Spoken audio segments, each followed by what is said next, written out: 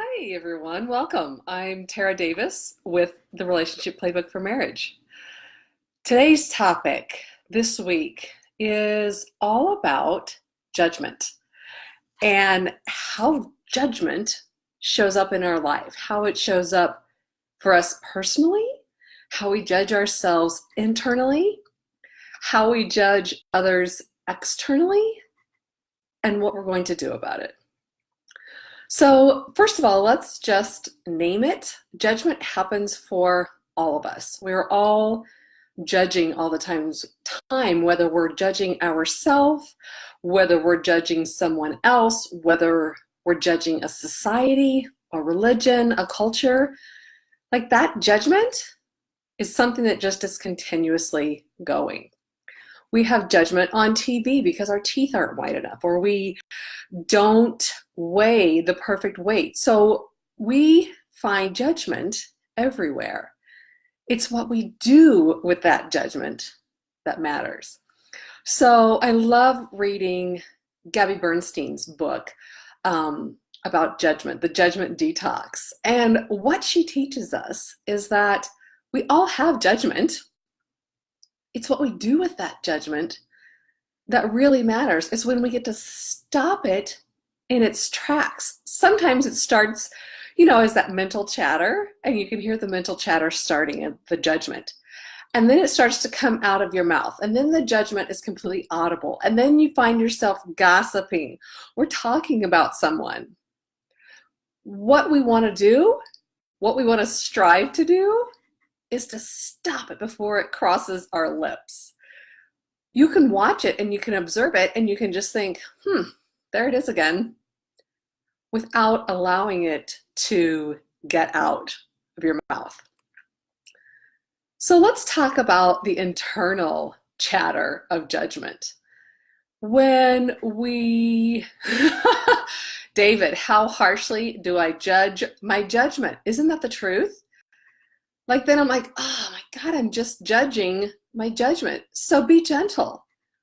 Actually, the more gentle we are on ourselves in any arena, the more that actually exudes outward that we are gentle on others. The more harsh we are on ourselves, the more harsh we are with others, because we don't actually know how to practice that gentility, that gentleness with ourselves. When we know how to practice that, then that gets to overflow into everyone else around us. So let's just look at a couple of things that are really easily identifiable with internal chatter of judgment. One of the biggest things we do is how we look, right? We judge ourselves on our weight, on our teeth, on our face. Do we look old? Do we look young? Are my eyelashes long enough? How does my butt look in these jeans? Really, it is all over the place. What is my body image and how do I feel about that? Am I judging myself about that? Am I judging my work performance? Like, oh my God, I didn't get this done. And then do we start this diatribe of crap talk to ourselves? I know last night I was kind of feeling down, just not on myself that I wasn't perfect well, I'll just tell you what I was thinking.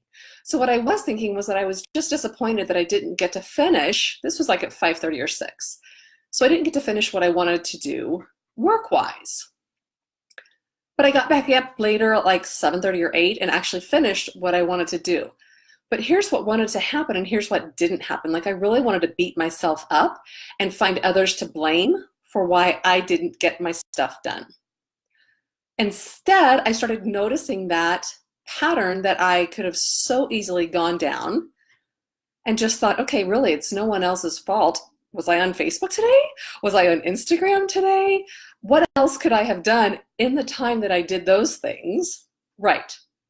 Okay, so I'm the one who didn't finish this. So how can I finish this? Do I really want to finish this? So that would have been one easy way to judge myself internally. External judgment. And you can use this in any arena of your life. So external judgment, we easily judge others for how they look, what they say, what culture they're from, what societies they belong to, what religion they belong to.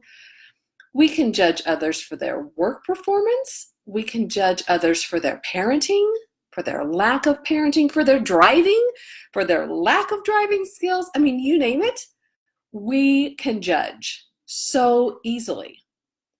And that judgment is just there because at some point in that nanosecond of where you decided to judge someone, you felt like you needed to be lifted up. Subconsciously, something was saying, ugh, something's out of whack here, so I better judge somebody else so that I can feel good. Here's what I wanted to bring to you today. What can I unlearn so that I can shift this pattern? Let me say that one more time, and then I'm going to dig in just a little bit to this. What can I unlearn so that I can shift this judgment? What can I unlearn about parenting? Like, am I so set in my ways of parenting, like this is right and this is wrong? What can I unlearn today about that allows me to stop that judgment? And when I just said right or wrong, very little is right or wrong. That's actually a judgment in and of itself. I mean, if you're a brain scientist, a brain surgeon, there's a right and a wrong way to do brain surgery. Other than something concrete like that, there's no right or wrong way to parent. There's not a lot of right or wrong ways. It's what we have deemed and judged to be right or to be wrong. I mean, even in a recipe, what's the right way to make this recipe? Actually, there really isn't a right way. It's however you want to make it. Well, what's the right way to parent?